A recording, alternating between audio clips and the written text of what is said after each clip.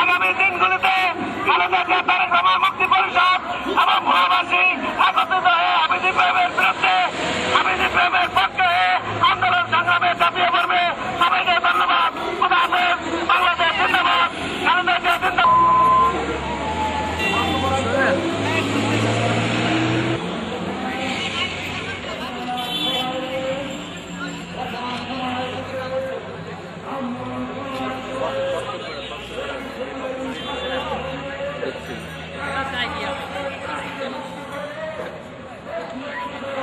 ভোলা 2 আসনের এমপি জনাব হাফেজ ইব্রাহিমের বিরুদ্ধে মিথ্যা মামলা প্রত্যাহারের জন্য আজকে মানববন্ধন কর্মসূচি জাতীয় প্রেস ভোলা কেউ বিগত দিনও করতে পারেনি।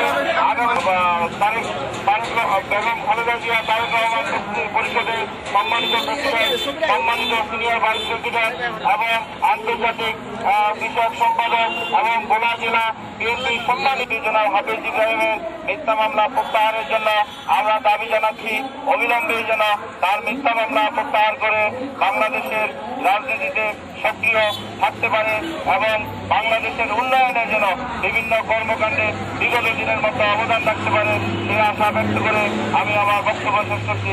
আল্লাহ হাফেজ। বাংলাদেশ জিন্দাবাদ। বেগম খালেদা জিয়া জিন্দাবাদ। তারেক রহমান জিন্দাবাদ।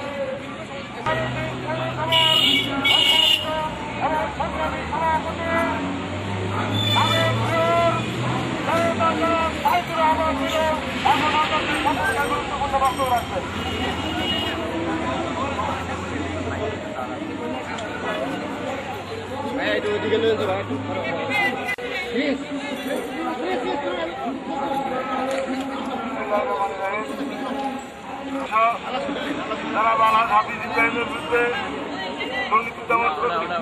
মিথ্যা মামলা প্রতিবাদে আজকের